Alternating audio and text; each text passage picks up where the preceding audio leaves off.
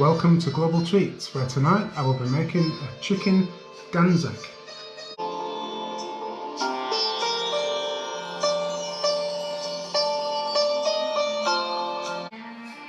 So dhansak is a new one on me. I've never made a dhansak before. I've never even tasted dhansak before. I was always put off by the fact that it has pineapple in it. I'm not really too keen on pineapple in food. But I thought I'd give it a try tonight, and it's also got lentils in it as well, which doesn't really put me off, but yeah, I don't know, it's always kind of, dhanzak's never been a meal that I thought that has really appealed to me, so instead of going to an Indian restaurant and ordering it and not liking it, I thought, well, I'd make it myself. So let's go through the ingredients. So we have the pre-cooked ingredients as always. That's the chicken and mushroom. We've got some tomato puree which has been diluted. Then we've got the spices, and in there, if I can remember this correctly, there's a couple of tablespoons of mixed powder. There's some turmeric in there, which is unusual for BIR curries to be adding turmeric, and there's some chili powder as well in there. There's also some fresh chilies hiding down there somewhere. We've got some lemon juice which is going to go in at the end. We've got some minced garlic and ginger paste. And then we have the first of the weird ingredients, which I've never added to a curry before. So we've got this red lentils, which there's a lot there. I'm not going to put all that in. I think that will really thicken it up too much if I put all that in. One thing I didn't realise, because I don't think I've ever eaten just like lentils by themselves, is how nutty they are. I didn't realise that. I've always had red lentils in, like, you know, veggie stews or dal and things like that, but it's actually really nice. The other unusual ingredient that I guess makes this a dhansak is pineapple juice. Let's see how we go with this. I don't know. It's a strange one. There's no onions, there's no green pepper or anything, so it's definitely going to have a unique taste. My mum's not too excited about this because obviously it's not something she's had before, so she doesn't want me to make it, but I'm going to anyway. So yeah, I guess let's get on with it. So how's everyone's week been in yet another week in this pandemic? To be honest, as far as 2020 goes, this has been a pretty good week. We started off last Saturday, didn't we, with Donald Trump losing. Although he won't admit it because he's a child. But yeah, he's gone. So that was good news. And then, was it on Tuesday? I think it was Tuesday. I woke up and I did the first thing I do every single day is go straight onto the news site in just this hope that some positive thing has happened, and by God it did. A vaccine with a 90% success rate, which now apparently is weeks away from being rolled out. I mean, obviously it's going to take a long time, and I don't like the fact that we have to trust our government to do this, because they made a balls up of everything so far. But it's there, there's a vaccine and it looks like it's going to work. Fingers crossed. All the anti-vaccine people are coming out in defiance to this because they think that the coronavirus is fake and it's all part of a big plan by Bill Gates or, whatever it is that they're saying. It's all a bunch of nonsense. The Great Reset and the vaccine is just the next stage in the plan. But I don't even know. I can't listen to these people because they're just idiots. There's a light at the end of this really dark, long, horrible, shitty tunnel.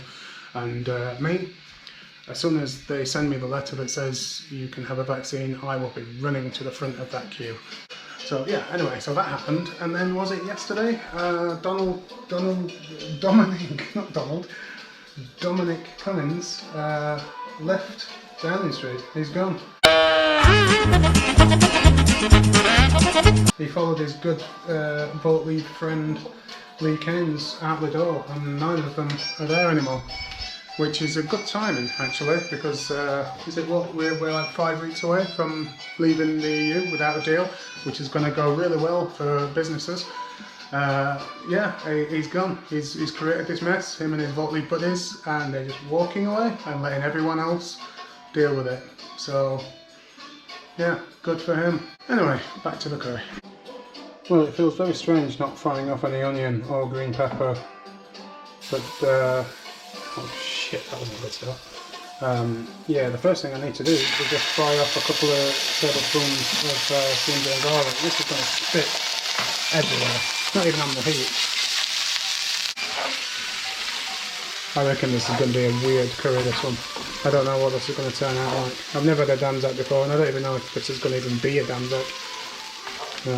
But anyway, there we go. That's off the heat. I need to sort out that mess. Okay, 5 minutes later I'm ready to move on to stage 2. This is actually the worst cooker in the world. I hate this bloody thing. But yeah, it took me about 5 minutes to get the damn thing to light. So here we go. Next stage is to throw in the spices and the tomato puree. And then I'm going to get that all mixed up. Okay, so that's made a very thick paste now, so the next stage is to pour in some of the curry base. Okay, so I poured in probably just over half of the curry base and mixed all that kind of spice, masala, mixed all that in. So basically, because I've not fried any onions or green pepper or anything, then this is basically just a kind of thick curry sauce. I don't know if this is the right way to make a dhansak. I don't know, I'm sure there are people that make dhansak in a completely different way to this. Okay, the next stage is to add the lentils. Now I think that's a lot of lentils, so I'm going to add about half of that. Okay, that's the lentils added. I have added only half of it. I don't think it needs any more, it's quite thick already. The next thing I'm going to do is add the pre-cooked ingredients. So that's, in this case, it's chicken and mushroom. This is the only point where this curry stops being vegan. So you can put whatever you want in as your main source of protein, or your main ingredient. Everything else in this curry is completely vegan. Obviously I've just added some chicken, but if you want to add tofu or corn or seitan, then feel free, and the whole thing is completely vegan. So I'm just going to get all this coated before I add the rest of the base. Okay, there we go. So now the rest of the base is going in. Okay, the next thing to go in is the pineapple juice. Now I'm going to put in half of what it says and see how we get on with that. Well, I added the pineapple juice, half of the recommended amount, and it made a real big difference to the flavour, and not one I'm particularly too keen on, to be honest. So what I've ended up doing is actually throwing in the rest of the lentils, because now it has become very saucy. So we'll see what happens. I'm just going to cook this off for a while now on a low heat whilst I start preparing the sides and see if them flavours blend. I'm supposed to add some lemon in with this. I don't know. I'm not sure whether I should do that or not. I don't know. Let me have a little taste.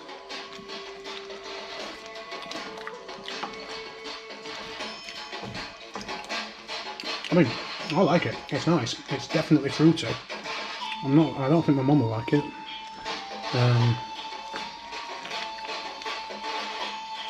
I think I'm going to add some lemon. Maybe the acidity might take the fruitiness away, I don't know. Or maybe it might have the opposite effect. Here goes. That'll do.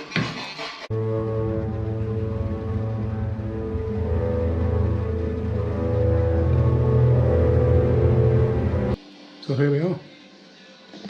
There's the chicken dhansak for two. There's plenty of it left. Just give it a little taste with this massive spoon. I can actually fit into my mouth. I like it. It's definitely unusual. Yeah, it's an unusual one. I mean, I've only had a little taste, so I don't know. Once I've eaten the whole thing, we'll see. But if you wanted something a bit different, then I'd give it a go. It's my first time. I've never had dhansak before, as I said earlier.